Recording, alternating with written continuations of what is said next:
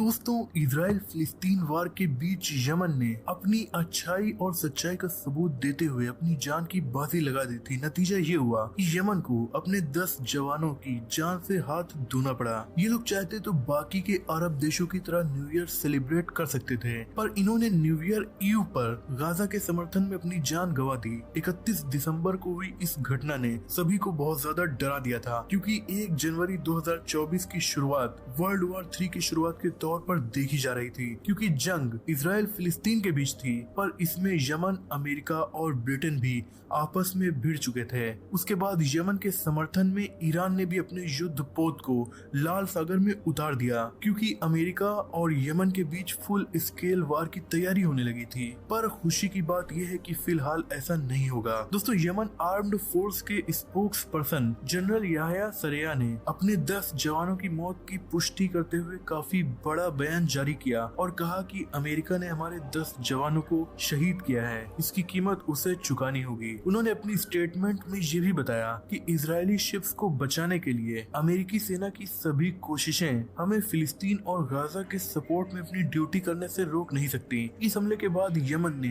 अपनी सेना में बड़े पैमाने पर और लोगों को शामिल करने के साथ साथ अपनी मिसाइल और एयर डिफेंस फोर्स को हाई अलर्ट पर रख दिया था, क्योंकि खबर ये आ रही थी कि अमेरिका और ब्रिटेन मिलकर उनके ऊपर एयर स्ट्राइक कर सकते हैं। साथ ही यमन ने अपने इकलौते सपोर्टर देश ईरान के मिनिस्टर्स के साथ मीटिंग की। उसके बाद अमेरिका, यूके, फ्रांस ने जैसे इजराइल के सपोर्ट में अपने वारशिप रेड सी में भेजे थे, वैसे ही ईरान ने अपनी वारशिप अल बोर्ज डिस्ट्रॉयर को रेड सी में भेज दिया। पर हैरानी की बात यह है कि ये वारशिप ईरान को ब्रिटेन ने ही बनाकर दी थी, क्योंकि उस टाइम ईरानियन रिवॉल्यूशन नहीं हुआ था और ईरान की गवर्नमेंट ब्रिटेन और अमेरिका की सपोर्टर थी। 1100 टन वजनी 310 फीट लंबी ये वारशिप काफी भारी और काफी ज्यादा फास्ट भी है। ये 72 किलोमीटर पर आवर की रफ्तार से चल सकती है। एक बार में लगभग 9000 किलोमीटर का सफर तय कर सकती है। इसकी ताकत के बारे में बात करें तो इसमें 2 रोल्स रॉयस के इंजन लगे हुए हैं, जिनकी मदद से इसे लगभग 34,000 किलोवाट की ताकत मिलती है। और दुश्मन से मुकाबला करने के लिए इस वारशिप में ईरान की काफी खतरनाक और लेटेस्ट नूर एंटी शिप मिसाइल्स लगी हुई हैं। इसके अलावा इसमें 114 mm की machine gun, torpedo tubes, mortar जैसे बहुत से वेपन्स भी लगे हुए हैं।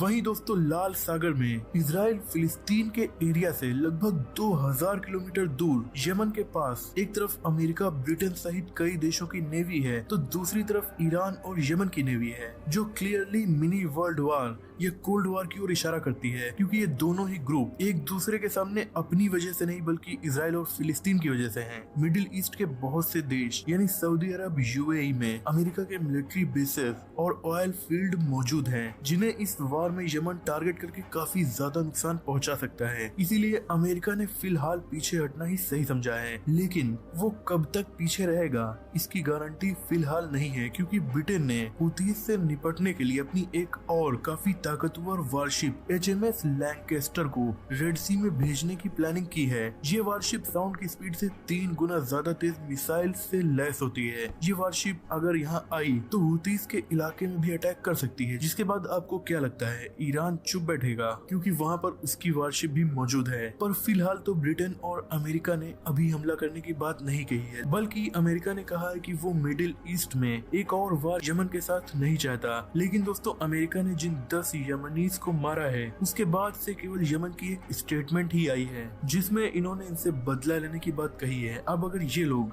बदला लेने के लिए अमेरिका, ब्रिटेन या इजराइल के किसी शिप पर हमला करते हैं, तब फिर से अमेरिका और ब्रिटेन की तरफ से इन पर एक्शन देखने को मिल सकता है, जिसके बाद ये बात और ज्यादा बढ़ जाएगी, क्योंकि यमन के स्पोक्स पर्सन ने ऑलरेडी वार्निंग जारी करके बदला लेने की बात कही है। और दोस्तों, हम बात यमन की कर रहे हैं, जिनके पास खोने के लिए कुछ भी नहीं है। दुबई और सऊदी की तरह यहाँ ऊंची बिल्डिंग्स नहीं है, न ही ऑयल फील्ड्स मौजूद हैं, बल्कि ये दुनिया के सबसे गरीब देशों में से एक है। इसीलिए इन्हें कुछ भी खोने